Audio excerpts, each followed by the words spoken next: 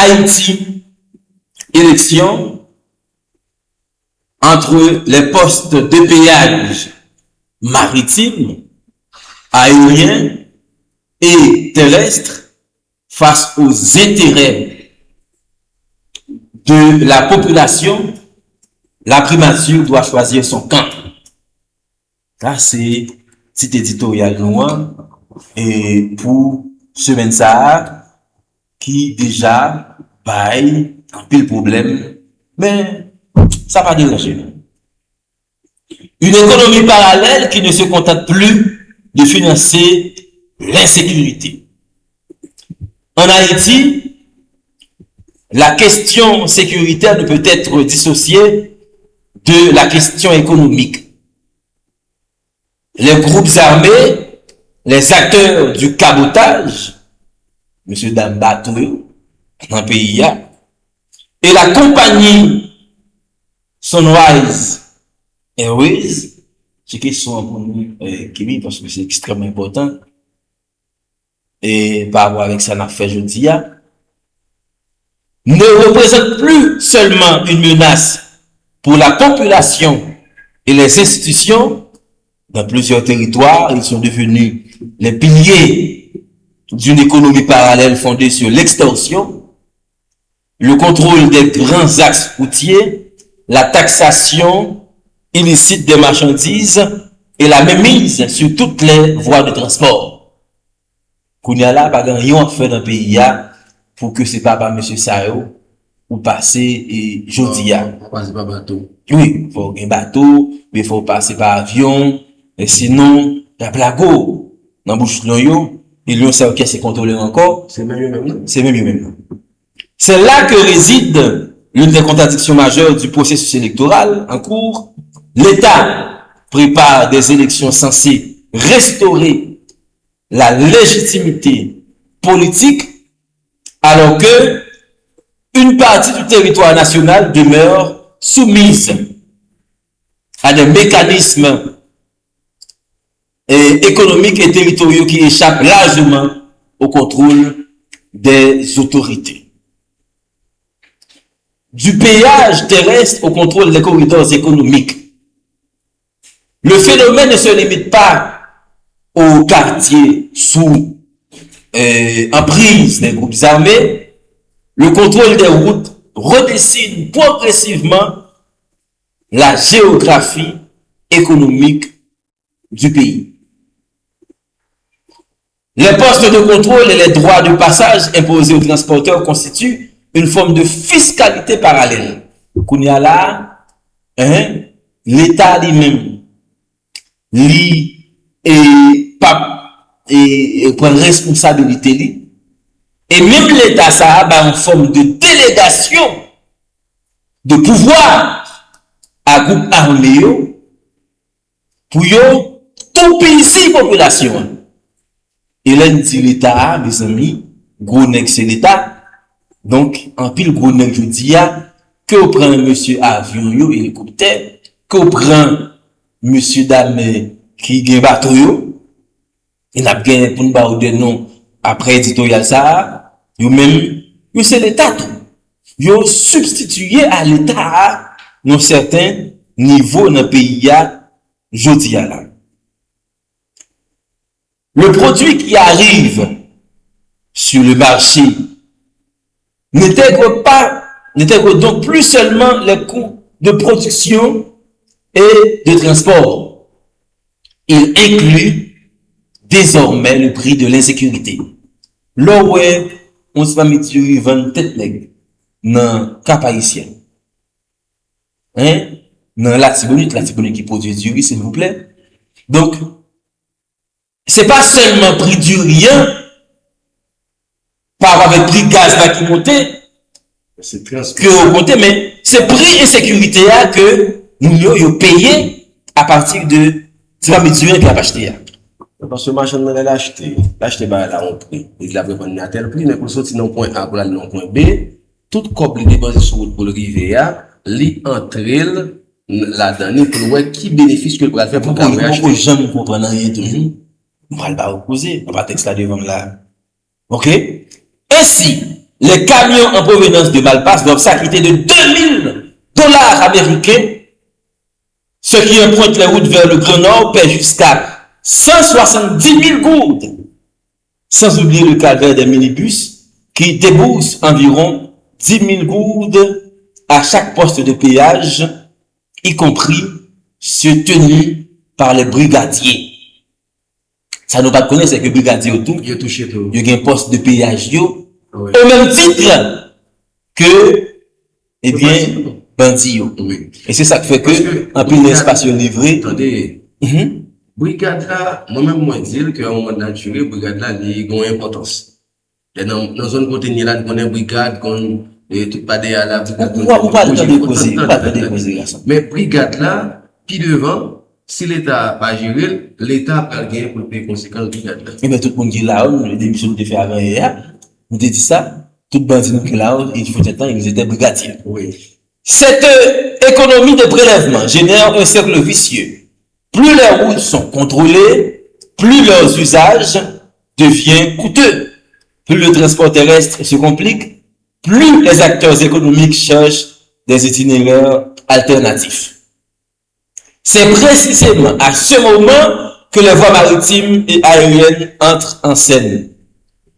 Et vous pouvez louer avec nous là que en pile fois, malheureusement, c'est même M. Saotou qui a des bagailles au gérer en bas, pour que justement, situation devienne plus compliquée et pour que même ils continuent à pas avancer. Donc là, si n'a pas des textes, t'as l'anglais, si n'a pas des textes, texte là avec moi, n'a pour une petite image, ok, côté outil, 54 millions de dollars, ok, et par mois. On va dire nous côté 54 millions de dollars américains, ça, les mêmes les outils. On avance. Quand le blocage des routes enrichit les corridors maritimes. Le développement du cabotage entre Port-au-Prince et le Grand Sud illustre parfaitement cette recomposition. La paralysie de la route nationale numéro 2 a déplacé une partie importante du transport de marchandises vers la mer. Selon des chiffres rapportés par le Nouvelliste, les revenus mensuels générés par ce trafic pourraient atteindre 54 millions de dollars américains mensuellement. Ça, c'est seulement pour le Grand Sud. Avec des coûts allant jusqu'à 4 000 dollars américains pour des camions chargés et 1 000 dollars américains pour des camions vides entrant à Port-au-Prince. Ça, c'est pour, et tout, ça c'est pris tout et cabotage en Haïti. Ok, mais 54 millions de dollars américains, ça c'est seulement pour le Grand Sud, selon Anderson Desroches, et que le Nouvelliste même l'a rapporté, et que Radio Téléconférence même lui reprendre. Autrement dit, le crime organisé n'a pas besoin de contrôler directement chaque bateau pour tirer profit de la paralysie des routes. Il suffit d'instaurer le chaos, de planifier des massacres et de rendre le transport terrestre suffisamment risqué et coûteux pour provoquer le déplacement des flux économiques. Les bateaux, oui. Et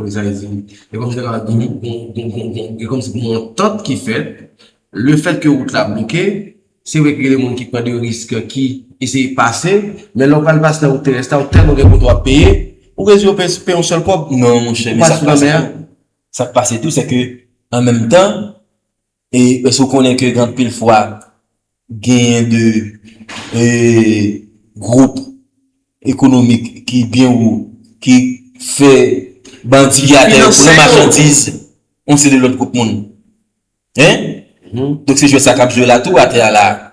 OK? Et puis on vient de que montre que c'est seulement cabotage là qui est alternative pour que ce soit marchandises dans le pays. C'est pour appuyer sur l'offre cabotage. OK? Donc ça c'est pour le cabotage. Maintenant parlons, OK, du business des oiseaux volants en Haïti. Le ciel devient à son tour un corridor économique stratégique. Le même mécanisme opère dans le transport aérien. Lorsque la route devient impraticable et que le maritime ne répond plus à toutes les exigences, l'avion, l'hélicoptère s'impose comme solution de substitution. Mais ces solutions, en raison de leur coût très élevé, restent accessibles à une minorité. Et parlant de transport aérien, la catastrophe de Sunrise s'inscrit dans ce modèle. Un véritable poste de péage aérien où l'extorsion fait tripler le prix de billets d'avion Haïti-Miami pour un simple trajet Port-au-Prince Cap-Haïtien. Il résulte une fragmentation du territoire. Ceux qui disposent de ressources financières peuvent contourner les zones dangereuses par voie aérienne ou maritime. Les autres restent prisonniers de territoires où la mobilité est contrôlée ou sévèrement limitée. Les similitudes entre les pratiques d'extorsion, les différents postes de péage laissent supposer, et là-bas, le plus grave là, oui, une entente tacite entre les groupes criminels. Les accusations de rareté organisée, de collusion ou d'accord occulte semblent donc étayées par les faits documentés. On va en économie, la courbe de l'affaire de l'économie criminelle, et c'est justement les mêmes que monsieur pratiquait là, pour capable, et tout pays nous, et montrer nous que seule alternative qui vient aujourd'hui dans le pays, c'est le transport aérien et la question du cabotage. Cette réalité amène à poser une question économique rarement soulevée. Jusqu'où les groupes criminels peuvent-ils augmenter leurs prélèvements sans détruire les activités économiques dont ils dépendent? On pourrait parler par analogie d'une courbe de l'affaire criminelle. À court terme, augmenter les prélèvements peut accroître les revenus, mais au-delà d'un certain seuil, l'extorsion risque de provoquer la fermeture des entreprises, les contractions des échanges, la fuite des capitaux et le déplacement des activités vers d'autres corridors. Et c'est ça qui prend, on va aborder cette anecdote tout à l'heure, et sur question ça, pour montrer nous, combien de business dans le pays qui écrasé, parce que tout simplement, toute forme de gang ça dans le pays, ou même ils prennent nous en otage. Le problème que les élections ne peuvent pas contourner. Tout Albert Ramzi nous rentrer dans le pays là, et bagaille que pas jamais résoudre tant que pour question élection, tant que pas coiper. Problème ça. Faut éradiquer. Voilà, c'est éradiquer parce que quoi puis à se déplacer à l'emploi, le problème est toujours là. Ouais, quand vous voulez parler des armes de bandits, il y a tout bandit déposer des armes. Pas logique pour bandit déposer des armes. Non logique pour bandit remettre des armes, bien voir grands armes dans la main. Soit baili, genre de balia, soit nourri, genre de. Non, mais là, parler de bandits, attention. Attention. Parce que, n'a parlé de tout poste péage, oui. Mais c'est pas seulement l'embauche qui est poste péage. Sunrise, tout là. Son poste péage, il gagne un péage. D'accord, monsieur Kaoli, là, avec le bateau, c'est poste péage, il gagne là.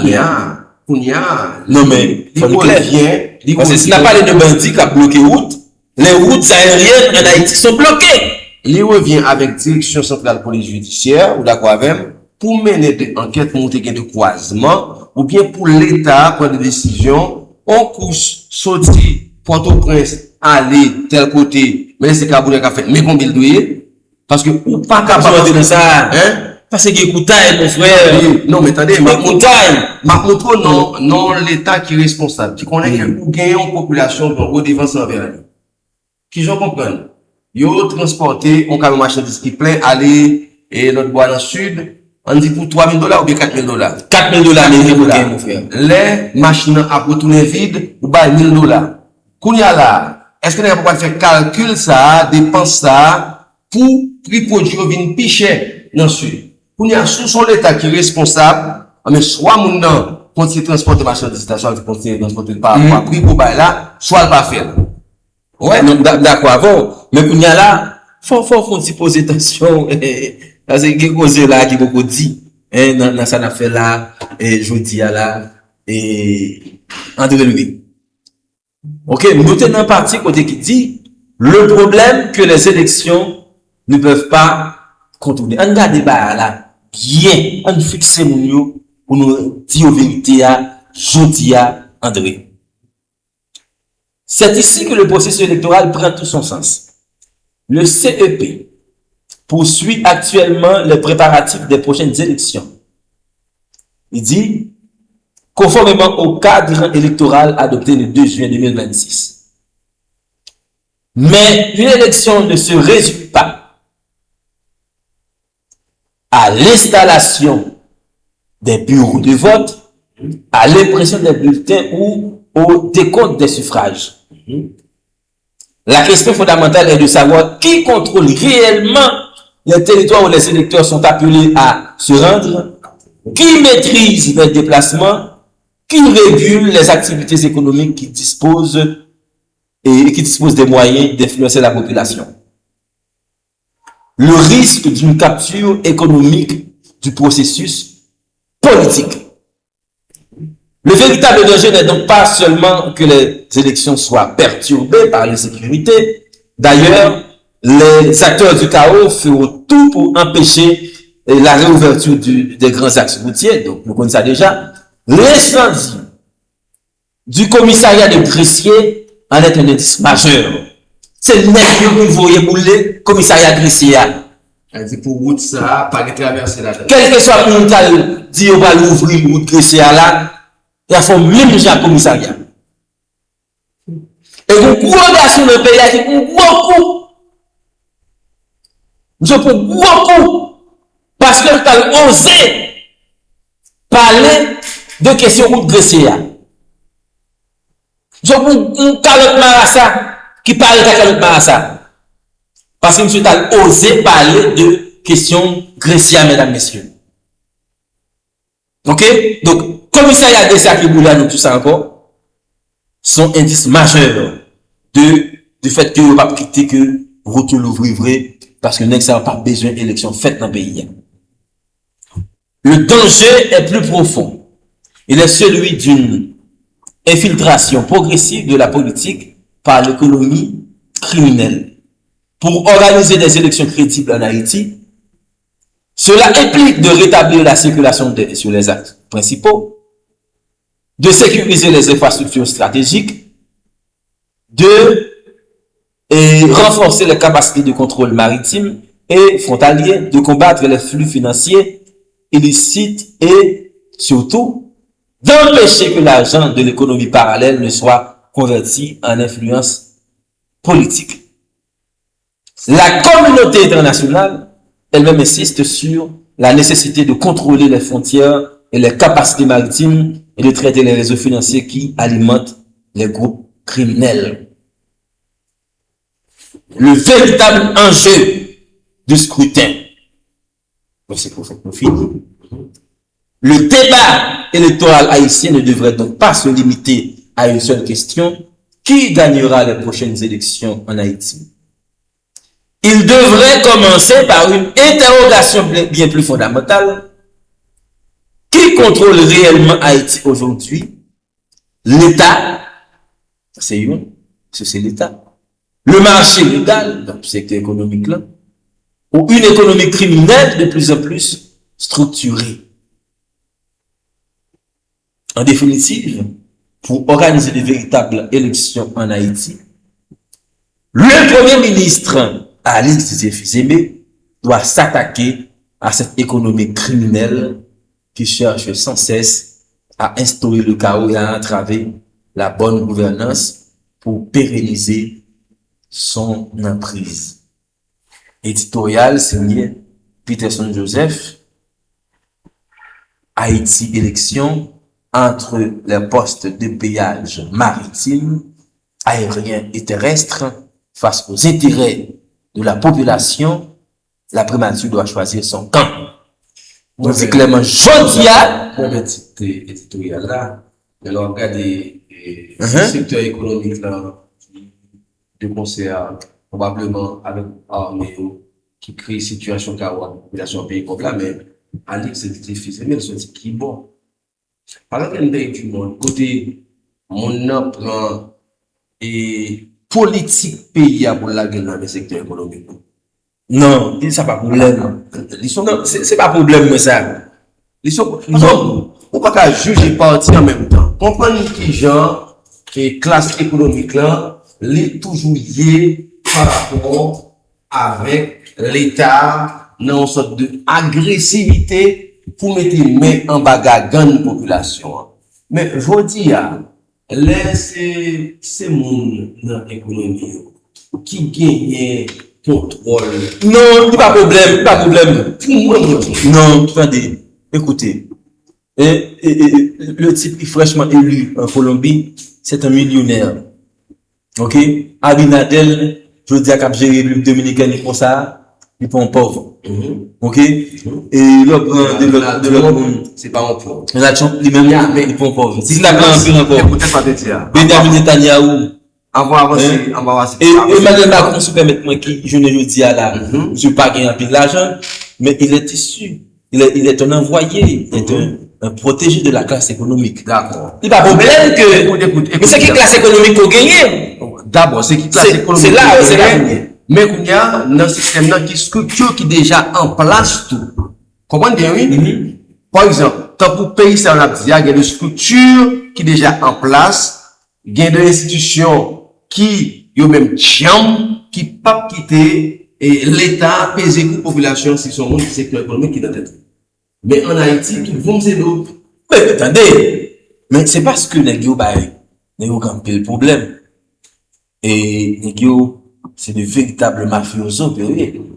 Un peu là d'ailleurs, qui fait que, malheureusement, ouais, il y a tendance à faire sortir là. Mais normalement, tout dernier événement qui passe, géopolitique, on pas quelque chose que nous prend là. Et vous avez dit c'est un qui pas gagné, c'est même avec moi, oui. Même avec qui, même avec Jean-Pierre, Jacques. Ok? Toute qualité, moun on dit dans la classe moyenne, ou bien dans la masse populaire là. Parce que, Donald Trump se montre nous là que, c'est Haïti gagne. Et quand ça passe en République Dominicaine, même la République Dominicaine,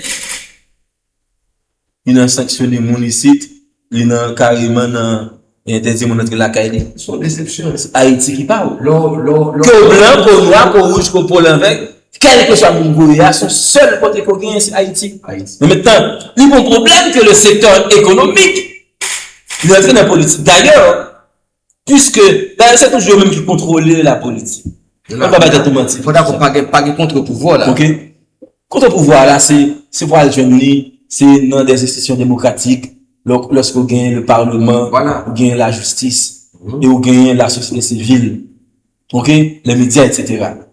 Mais en ce qui a trait à la politique, il n'y a pas un problème que je dis à là, ou gagne des gens dans le pays qui gagnent l'argent, qui gagne l'amour du pays, et bien qui choisit, dit, bon voilà, et bon, vient servir le pays, ils vont problème.